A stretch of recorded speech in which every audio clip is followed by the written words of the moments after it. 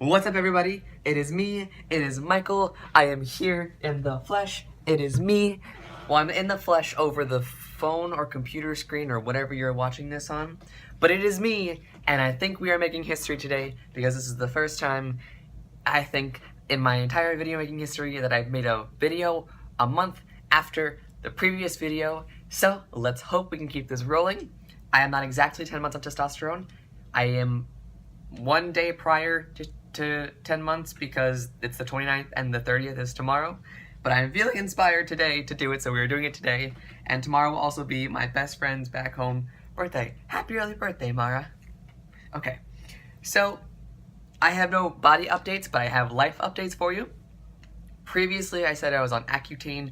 I am now off of Accutane because some of the side effects that were occurring were negatively impacting me as a person and my schoolwork, and mental health comes before acne, and I will live with the acne. I would rather not live with mental health issues if I can solve it.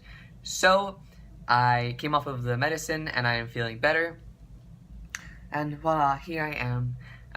Also, when I was telling my girlfriend, I was discussing with her how on Facebook, you can look back on on Facebook it gives you the on this day, and I could see when I was getting closer to being Michael officially.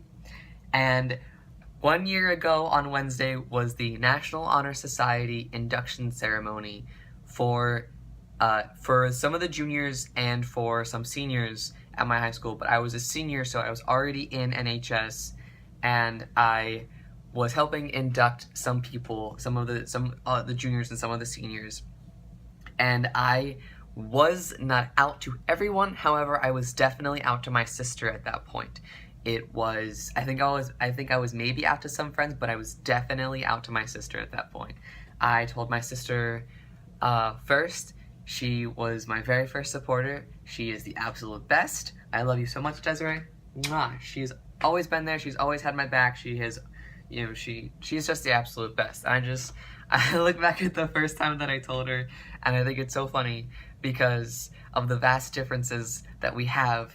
I said, I think I'm a boy, and she said that she didn't know quite how to help me because all she ever wanted to be was girlier. But we figured it out. She helped me through a lot of things. She kept me sane. She was definitely my first supporter, and I love her so much. She's the absolute best. But back to the Facebook tidbit. So I also saw that on there was a blackout, which is where you dress in all black for the football games in high school. I don't know if they do it in college, but in high school we did it. And at my school's blackout, whether or not I had told anybody, I don't remember if I had told my sister yet, but I knew at that point gender was a question. It was something I was most definitely questioning, and it was very, very prominent in my thought process at that point. I remember thinking about it at that night. Like, that was one of the first, like, I definitely remember thinking about it. It's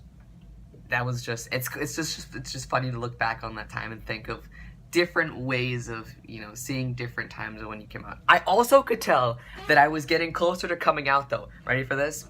Based on my hairstyle, okay? So I thought I was the coolest because I had really short hair, but I swooped it so it was flat here and just like spiked it, and so it was like this little peak.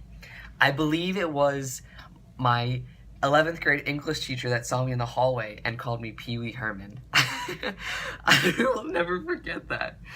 But I could always tell because I had like longish hair, not like long hair, but like longish hair. And then I went shorter because I cut it the day before junior prom because I'm cool. And I didn't tell anybody. And I like wowed everybody when I walked in. But I had short hair, and then I cut it so it would be like peaked. You could like sled off of, like, go flying off of my hair. So, but I could always tell, I could tell when I was getting closer, because as soon as my hair got cut, I was like, yes, I know it's coming. But that's just something, so maybe we can, if you share the same memories that I do, because we were involved, we were tagged on the same pictures, and you can see it, maybe that's something you'll think about, maybe not. I think it's funny to look back on. Maybe you will have different thoughts on that time. I just, something that maybe we could share. But I have really no more life updates for right now, but I have a challenge for you and for some of your friends. If you could spread the word by mouth or by copying this link and sending it to other people. I have a challenge. I want you to compliment yourself or to compliment somebody else. When I was on Accutane, I said I wasn't very much myself and I was having some pretty down days. And even though I was having a down day, if I had complimented somebody else, I felt better because I saw that they smiled. And when I see that people are smiling because of something that I did, I feel better, and I think that if you're having a down day, try complimenting somebody else. And if you can't compliment somebody else because of a variety of reasons, whether it's social anxiety, whether you're just not feeling it, whatever reason you may have, try to compliment yourself.